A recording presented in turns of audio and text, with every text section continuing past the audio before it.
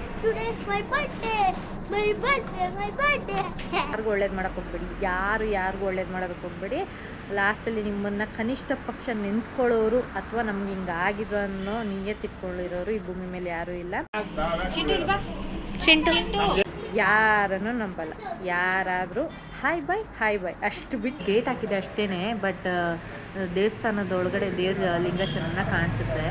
ತುಂಬ ಜನ ಹತ್ರ ಪಾಠ ಕಲ್ತ್ಬಿಟ್ಟಿದ್ದೀನಿ. ಇದೆಲ್ಲ ನನ್ನ ಲೈಫಲ್ಲಿ ಮರೆಯೋಕ್ಕಾಗದೇ ಇರೋ ಚಾಪ್ಟರ್ ಅಂತ ಅನ್ಬೋದು. ನಾವು ಕಷ್ಟದಲ್ಲಿದ್ದಾಗ ಯಾರೋ ಬಂದು ನಮ್ಗೆ ಹೆಲ್ಪ್ ಮಾಡಿಬಿಡ್ತಾರೆ, ಅದೆಲ್ಲ ಸುಳ್ಳು. Hi hello good evening. ಇವಾಗ ಸಂಜೆ ಆಗಿದೆ, 7 ಗಂಟೆ ಹತ್ರ 7:15 ಆಗಿದೆ. ಸೊ ಇವಾಗ ನಾವು ಶಾಪಿಂಗ್ ಹೋಗ್ತಾ ಇದೀವಿ. ಬಿಕಾಸ್ ನನ್ನ ಮಗದು ನಾಳೆ ಬರ್ಡೇ ಇದೆ.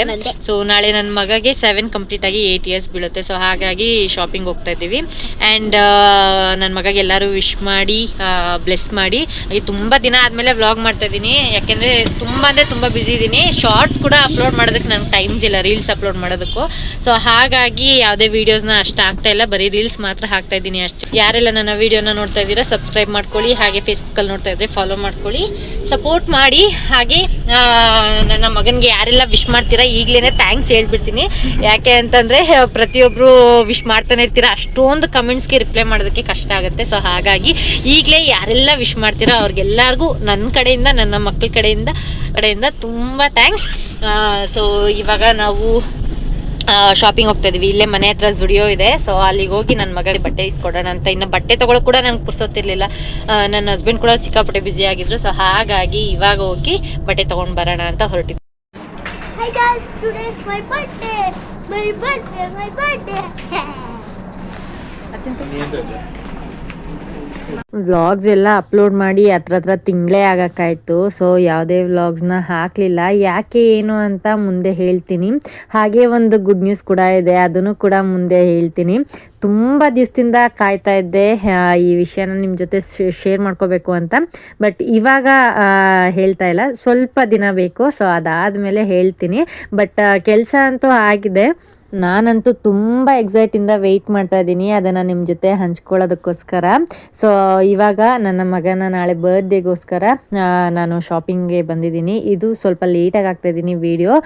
ಹಾಗೆ ಬರ್ಡೇ ದಿನ ನಾನು ಶಾರ್ಟ್ಸಲ್ಲೆಲ್ಲ ಹಾಕಿದ್ದೆ, ಪೋಸ್ಟ್ ಮಾಡಿದ್ದೆ. ಸೊ ಆವಾಗ ತುಂಬ ಜನ ವಿಶ್ ಮಾಡಿದ್ದೀರಾ, ತುಂಬ ಥ್ಯಾಂಕ್ಸ್. ಎಲ್ಲರಿಗೂ ರಿಪ್ಲೈ ಅಂತೂ ಮಾಡೋಕ್ಕಾಗಲಿಲ್ಲ, ಹಾಗಾಗಿ ಈಗಲೇ ಹೇಳ್ತಾ ಇದ್ದೀನಿ. ಎಲ್ಲರಿಗೂ ತುಂಬ ಥ್ಯಾಂಕ್ಸ್. ನಿಮ್ಮ ಆಶೀರ್ವಾದ ಪ್ರೀತಿ ಸದಾ ಹೀಗೆ ಇರಲಿ. ಹಾಗೆ ಅವನಿಗೆ ಬಟ್ಟೆ ತೊಗೊಂಡಾದ್ಮೇಲೆ ಕೀವಂತೂ ತುಂಬ ಇತ್ತು. ಸೊ ಬಿಲ್ ಎಲ್ಲ ಪೇ ಮಾಡಿ ಇವಾಗ ನಾವು ದೇವಸ್ಥಾನಕ್ಕೆ ಹೋಗ್ತಾ ಇದ್ದೀವಿ. ಆ್ಯಕ್ಚುಲಿ ಬೇಗನೆ ಹೊರಡಬೇಕಿತ್ತು, ಬಟ್ ನನ್ನ ಹಸ್ಬೆಂಡ್ಗೆ ಕೆಲಸ ಇತ್ತು, ಅವ್ರು ಮುಗಿಸ್ಕೊಂಡು ಬರೋಷ್ಟೊತ್ತಿಗೆ ಸ್ವಲ್ಪ ಲೇಟ್ ಆಯಿತು. ಸೊ ಹಾಗಾಗಿ ಈಗ ನಾವು ದೇವಸ್ಥಾನಕ್ಕೆ ಅಂತ ಹೋಗ್ತಾ ಇದ್ದೀವಿ. ಇಲ್ಲಿ ನಾವು ಹೋಗ್ತಾ ಇರೋ ದೇವಸ್ಥಾನ ಬಂದು ಅನ್ಗೊಂಡಹಳ್ಳಿ ಅಂತ ಇದೆ. ಸೊ ಅಲ್ಲಿ ಒಂದು ಬಾಣೇಶ್ವರ ದೇವಸ್ಥಾನ ಇದೆ, ಅಲ್ಲಿಗೆ ಹೋಗ್ತಾ ಇದ್ದೀವಿ. ನಿನ್ನೆ ಕೂಡ ಹೋಗಿ ಬಂದಿದೆ. ಯಾಕೋ ಅಲ್ಲಿಗೆ ಹೋಗಿ ಬಂದಮೇಲೆ ಸ್ವಲ್ಪ ಸಮಾಧಾನ ಅನಿಸ್ತು. ಹಾಗಾಗಿ ಈಗ ಮತ್ತೆ ಆ ದೇವಸ್ಥಾನಕ್ಕೆ ಮಕ್ಕಳನ್ನೆಲ್ಲ ಕರ್ಕೊಂಡು ಹೋಗ್ತಾ ಇದ್ದೀವಿ. ಅಂದರೆ ಮಕ್ಕಳು ಸ್ಕೂಲ್ಗೆಲ್ಲ ಹೋಗ್ತಾರಲ್ವ, ಸೊ ಬೆಳಗ್ಗೆ ಹೋಗೋದಕ್ಕೆ ಕಷ್ಟ ಆಗುತ್ತೆ ಅಂತ ಅಂದ್ಬಿಟ್ಟು ಇವಾಗ ಮಕ್ಕಳ ಜೊತೆ ಬಂದ್ವಿ. ಬಟ್ ನಾನು ದೇವಸ್ಥಾನ ಓಪನ್ ಇರುತ್ತೆ ಅಂತ ಅಂದ್ಕೊಂಡೆ, ಬಟ್ ಅನ್ಫಾರ್ಚುನೇಟ್ಲಿ ಕ್ಲೋಸ್ ಆಗಿತ್ತು. ದೇವಸ್ಥಾನದ ಹತ್ರ ಬಂದಿದ್ದೀರಿ, ಬಟ್ ಅನ್ಫಾರ್ಚುನೇಟ್ಲಿ ಆಗ್ಲಾಗ್ತಿದೆ. ಇವತ್ತು ಬರಲೇಬೇಕು ಅಂತಲೇ ಬಂದಿದ್ದು. ಇಟ್ಸ್ ಓಕೆ, ಮತ್ತೆ ನಾಳೆ ನಾನು ಬರ್ತೀನಿ. ನಿನ್ನೆನೂ ಬಂದಿದ್ದೆ, ಇವತ್ತು ಬಂದಿದ್ದೀನಿ, ಮತ್ತೆ ನಾಳೆನೂ ಬರ್ತೀನಿ. ಸೊ ಕೈ ಮುಕ್ಕೊಂಡು ಆಚೆ ಕಡೆಯಿಂದನೇ ಹೋಗೋಣ ಅಂತ. ಎಲ್ಲ ಕಡೆ ನೆಮ್ಮದಿ ಸಿಗಲ್ಲ, ಅಥವಾ ಎಲ್ಲರ ಹತ್ರ ನಮ್ಮ ಕಷ್ಟನ ಹೇಳ್ಕೊಂಡಾಗ ಅಲ್ಲದೆ ಸಮಾಧಾನ ಸಿಗಲ್ಲ. ಅದು ಆ ಕೆಲಸ ಆಗುತ್ತೋ ಇಲ್ವೋ, ಬಟ್ ಅಟ್ಲೀಸ್ಟ್ ಮನಸ್ಸಿಗೆ ಸಮಾಧಾನ ಅಂತ ಸಿಗೋದು ಅಂತಂದರೆ ಅದು ದೇವಸ್ಥಾನಗಳಲ್ಲಿ ಮಾತ್ರನೇ. ಬಟ್ ಹಾಗೆ ಎಲ್ಲ ದೇವಸ್ಥಾನಕ್ಕೆ ಹೋದಾಗ್ಲೂ ಇದೇ ಥರ ಆಗುತ್ತೆ ಅಂತ ನನಗೆ ಗೊತ್ತಿಲ್ಲ. ಬಟ್ ಈ ದೇವಸ್ಥಾನಕ್ಕೆ ನಾನು ಇದು ಸೆಕೆಂಡ್ ಟೈಮ್ ಬರ್ತಾ ಇರೋದು. ಅಂದರೆ ನಾನು ಸುಮಾರು ಒಂದು 11 ಇಯರ್ಸ್ ಬ್ಯಾಕ್ ನಾನು ಈ ದೇವಸ್ಥಾನಕ್ಕೆ ಒಂದ್ಸಲ ಓಂ ಶಕ್ತಿ ಮಾಲೆ ಹಾಕೊಂಡು ಹೋಗ್ಬೇಕಾದ್ರೆ ಬಂದಿದ್ದೆ. ಅದು ಬಿಟ್ಟರೆ ನಾನು ಮತ್ತೆ ಇವತ್ತು ಅಂದರೆ ನಿನ್ನೆನೆ ಬಂದಿದ್ದೆ ಈ ದೇವಸ್ಥಾನಕ್ಕೆ. ಆದ್ರೆ ನಿಜವಾಗ್ಲೂ ಈ ದೇವಸ್ಥಾನಕ್ಕೆ ಬಂದ ಮೇಲೆ ನನಗೆ ಒಂಥರ ಪಾಸಿಟಿವ್ ವೈಬ್ಸ್ ಆಯ್ತು. ಹಾಗೆ ಆಗೋ ಕೆಲಸ ಆಗುತ್ತೆ ಅನ್ನೋ ಭರವಸೆ ಕೂಡ ನನಗೆ ಬಂತು. ಎಲ್ಲರೂ ಆದಷ್ಟು ಇಲ್ಲಿಂದನೇ ದರ್ಶನ ಮಾಡ್ಕೊಂಬಿಡಿ. ಎಷ್ಟು ಚೆನ್ನಾಗಿದೆ ನೋಡಿ. ಬಾಗಿಲು ಗೇಟ್ ಹಾಕಿದೆ ಅಷ್ಟೇನೆ, ಬಟ್ ದೇವಸ್ಥಾನದ ಒಳಗಡೆ ದೇವ್ರ ಲಿಂಗ ಚೆನ್ನಾಗಿ ಕಾಣಿಸುತ್ತೆ. ಗುಡ್ ಬಾಯ್. ಆ್ಯಕ್ಚುಲಿ ನಿನ್ನೆ ಬಂದಾಗ ಊಟ ಪ್ರಸಾದ ಎಲ್ಲ ಕೊಟ್ಟಿದ್ರು. ಏನಾದರೂ ಮನಸ್ಸಿಗೆ ಕಷ್ಟ ಅಂತ ಬಂದಾಗ ದೇವ್ರನ್ನೇ ನಂಬಬೇಕು. ಮನುಷ್ಯನ ನಂಬೋದಕ್ಕಿಂತ ನಾವು ದೇವ್ರನ್ನೇ ನಂಬಬೇಕು. ತುಂಬ ಜನ ಹತ್ರ ಪಾಠ ಕಲ್ತ್ಬಿಟ್ಟಿದ್ದೀನಿ. ಇದೊಂದು 4 ತಿಂಗಳಿಂದ ಸಿಕ್ಕಾಪಟ್ಟೆ ಪಾಠ ಕಲ್ತ್ಬಿಟ್ಟಿದ್ದೀನಿ.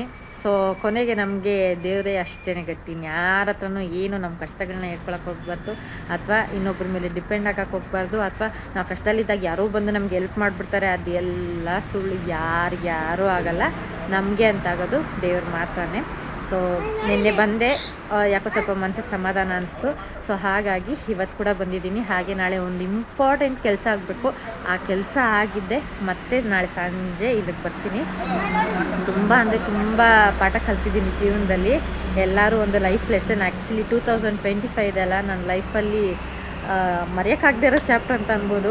ತುಂಬ ಅಂದರೆ ತುಂಬ ಕಲ್ತುಬಿಟ್ಟೆ. ಅದರಲ್ಲೂ ಈ 4 ಮಂತ್ಸ್ ಅಂತೂ ಸಿಕ್ಕಾಪಟ್ಟೆ ಕಲ್ತ್ಬಿಟ್ಟೆ. ಯಾರು ನಮ್ಮೋರು, ಯಾರು ನಮ್ಮೋರಲ್ಲ, ಯಾರು ಒಳ್ಳೆಯವರು ಕೆಟ್ಟವ್ರು ಅಂತ ನಾವು ಡಿಸೈಡ್ ಮಾಡೋಕ್ಕಾಗಲ್ಲ. ಬಟ್ ನಮಗೆ ಯಾರು ಆಗ್ತಾರೆ ಕಷ್ಟ ಅಂತ ಅಂದಾಗ ಯಾರ ಜೊತೆಲಿ ಇರ್ತಾರೆ ಇದನ್ನೆಲ್ಲ ತಿಳ್ಕೊಂಬಿಟ್ಟೆ.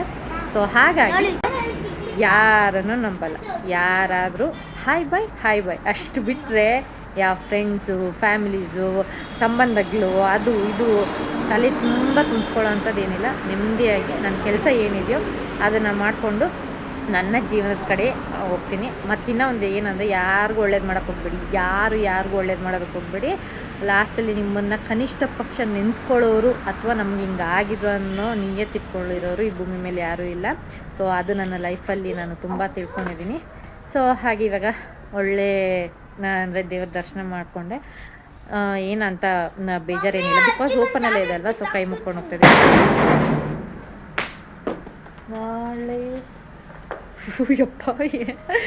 ನಾಳೆ ಹಣ್ಣು ಕೈ ಮಾಡಿಸ್ಕೊಂಡು ಹೋಗ್ತೀನಿ ಸಂಜೆ ಬಂದು. ಸೊ ಇವಾಗ ಅವನಿಗೆ ನಾಳೆಗೆ ಸ್ಕೂಲ್ಗೆ ಚಾಕ್ಲೇಟ್ಸ್ ತೊಗೋಬೇಕು. ಸೊ ಚಾಕ್ಲೇಟ್ಸ್ ತೊಗೊಂಡು ಇವಾಗ ಮನೆಗೆ ಹೋಗಬೇಕು. ಊಟ ಏನೂ ಮಾಡಿಲ್ಲ, ನೋಡೋಣ. ಆದರೆ ಆಚೆ ಕಡೆನೇ ತಿನ್ಕೊಂಡು ಹೋಗೋದು. ಇಲ್ಲ ಅಂತಂದರೆ ಮನೆಯಲ್ಲಿ ಸಾಂಬಾರಿದೆ, ಮುದ್ದೆಗೆ ಏನಾದರೂ ಇಟ್ಟರೆ ಆಯಿತು. ಸೊ ಬನ್ನಿ.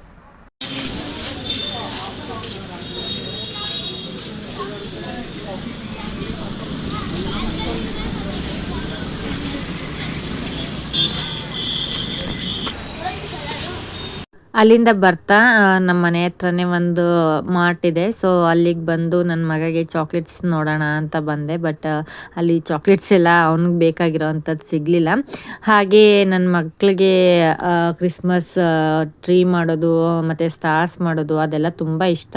ಆ್ಯಕ್ಚುಲಿ ಅವರು ಕ್ರಿಶ್ಚಿಯನ್ ಸ್ಕೂಲಲ್ಲಿ ಓದ್ತಾ ಇರೋದ್ರಿಂದ ಈ ಆ್ಯಕ್ಟಿವಿಟೀಸ್ ಎಲ್ಲನೂ ಜಾಸ್ತಿನೇ ಇರುತ್ತೆ. ಸೊ ಹಾಗೆ ಅದನ್ನೆಲ್ಲ ನನ್ನ ಮಗಳು ನೋಡಿ ಐಡಿಯಾಸ್ ಎಲ್ಲ ಕಲೆಕ್ಟ್ ಮಾಡಿಕೊಂಡು ಮನೆಗೆ ಬಂದು ಅದು ಟ್ರೈ ಮಾಡ್ತಾ ಇರುತ್ತೆ. ಹಾಗೆ ಅಲ್ಲಿ ಸಿಕ್ಕಿಲ್ಲ ಅಂತ ಪಕ್ಕದಲ್ಲೇ KPN ಫ್ರೆಶ್ ಇತ್ತು. ಸೊ ಅಲ್ಲಿಗೆ ಬಂದು ಅವನಿಗೆ ಬೇಕಾಗಿರೋಂಥ ಚಾಕ್ಲೇಟ್ಸು, ಸ್ನ್ಯಾಕ್ಸು ಎಲ್ಲ ತಗೊಂಡು ಹೊರಡ್ತಾ ಇದ್ದೀವಿ. ಹಾಗೆ ಈ ವರ್ಷ ಏನು ಅಂತ ಗ್ರ್ಯಾಂಡಾಗೆಲ್ಲ ಸೆಲೆಬ್ರೇಟ್ ಮಾಡಲ್ಲ. ಪಾಪ ನನ್ನ ಮಗಳು ಕೂಡ ಈ ವರ್ಷ ಏನೂ ಮಾಡಲಿಲ್ಲ. ಬಿಕಾಸ್ ನಾವು ತುಂಬ ಟೆನ್ಷನಲ್ಲಿದ್ವಿ, ತುಂಬ ಬ್ಯುಸಿ ಇದ್ವಿ. ಸೊ ಹಾಗಾಗಿ ಆ ಮೂಡಲ್ಲಿ ನನಗೆ ಯಾಕೋ ಮಾಡೋಕ್ಕೆ ಇಷ್ಟ ಆಗಿರಲಿಲ್ಲ. ಸಿಂಪಲಾಗಿ ಮನೇಲಿ ಪೂಜೆ ಮಾಡಿ ಮಕ್ಕಳಿಗೆ ಹೊಸ ಬಟ್ಟೆ ಹಾಕಿ ಚಾಕ್ಲೇಟ್ಸ್ ಎಲ್ಲ ಸ್ಕೂಲಿಗೆ ಕಳಿಸಿ ಒಂದು ಸಿಂಪಲಾಗಿ ಕೇಕ್ ಕಟ್ ಅಂದರೆ ನಾವು ಮಾತ್ರ ಮನೇಲಿ ಮಾಡ್ಕೊಳ್ಳೋಣ ಅಂತ. ಬರೋ ವರ್ಷ ಗ್ರ್ಯಾಂಡಾಗಿ ಮಾಡಬೇಕು ಅಂತ ಅಂದ್ಕೊಂಡಿದ್ದೀವಿ. ನಾನು ನನ್ನ ಹಸ್ಬೆಂಡ್ ಮಕ್ಕಳಿಗೆ ಪ್ರಾಮಿಸ್ ಕೂಡ ಮಾಡಿದ್ದೀವಿ, ನೆಕ್ಸ್ಟ್ ಇಯರ್ ಗ್ರ್ಯಾಂಡಾಗಿ ಸೆಲೆಬ್ರೇಟ್ ಮಾಡ್ತೀವಿ ಅಂತ ಅಂದ್ಬಿಟ್ಟು. ಸೊ ಇನ್ನು ಈ ವ್ಲಾಗ್ನ ನಾನು ಇಲ್ಲಿಗೆ ಎಂಡ್ ಮಾಡ್ತಾ ಇದ್ದೀನಿ. ಮುಂದಿನ ವ್ಲಾಗಲ್ಲಿ ಸಿಗ್ತೀನಿ. ಸ್ವಲ್ಪ ಲೇಟ್ ಆಗುತ್ತೆ ವ್ಲಾಗ್ಸು, ಬಟ್ ಡೆಫಿನೆಟ್ಲಿ ವ್ಲಾಗ್ಸ್ನ ಅಪ್ಲೋಡ್ ಮಾಡೋದಕ್ಕೆ ಟ್ರೈ ಮಾಡ್ತೀನಿ. ಈ ವ್ಲಾಗ್ ಇಷ್ಟ ಆದರೆ ಪ್ಲೀಸ್ ಲೈಕ್ ಮಾಡಿ, ಶೇರ್ ಮಾಡಿ, ಸಬ್ಸ್ಕ್ರೈಬ್ ಮಾಡಿ. ನನ್ನ ಯೂಟ್ಯೂಬ್ ಚಾನಲ್ನ, ಫೇಸ್ಬುಕ್ನ ಆದರೆ ಫಾಲೋ ಮಾಡಿ. ಮತ್ತೆ ಮುಂದಿನ ವ್ಲಾಗ್ ಜೊತೆ ಸಿಗ್ತೀನಿ. ಅಲ್ಲಿವರೆಗೂ ಟೇಕ್ ಕೇರ್, ಬಾಯ್.